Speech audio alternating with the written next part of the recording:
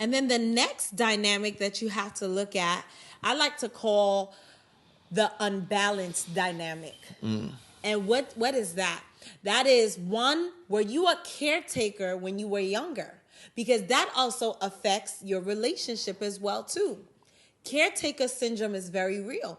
I believe that the reason why Pastor and I, by the grace of God, work is because I was a caretaker for my siblings, and Pastor was a caretaker for his mom before she died, before she fell ill and died. As a result, in our marriage, I always say this, the only competition that we truly have is who can outserve who. Because when you have that caretaker syndrome, what happens is you end up always trying to overcompensate, and you are always trying to do the most. And for women, it can be dangerous because naturally we are caretakers. And so the minute you have that caretaker history inside of you, you realize that you are the one who is always trying to buy for the man, always calling the man. You are now exuding masculine energy. Men are called to hunt. Everything about them is called to hunt. If you think about an egg and a sperm, an egg stays still. The sperm is what wiggles. Everything about you it comes from your root. And so when you have that caretaker syndrome, you have to now make sure that you find someone who has that same syndrome as you. Otherwise, that's what we call unbalanced dynamics.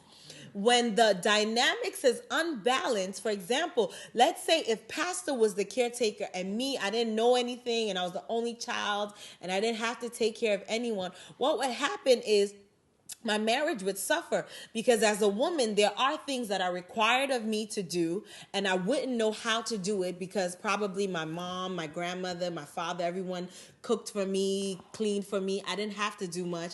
And he knows how to even wash a woman because he had to do that for his mom. So imagine bringing that and translating that into marriage. What would happen now is he would be overcompensating all the time. He would be going to work. He'd be trying to emotionally be there for me, financially be there for me. I don't cook. I don't clean. I don't do anything. And before you know it, he's human. That hunter-gatherer nature that's on him, it lifts.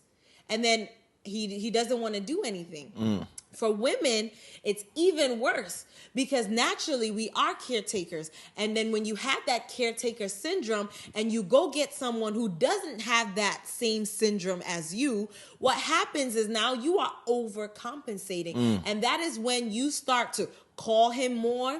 That is when you start to chase after him more. That is when you are doing the most more. And you start, even before marriage, you are now doing wife things, and you're not even a girlfriend yet. You're still in the talking phases.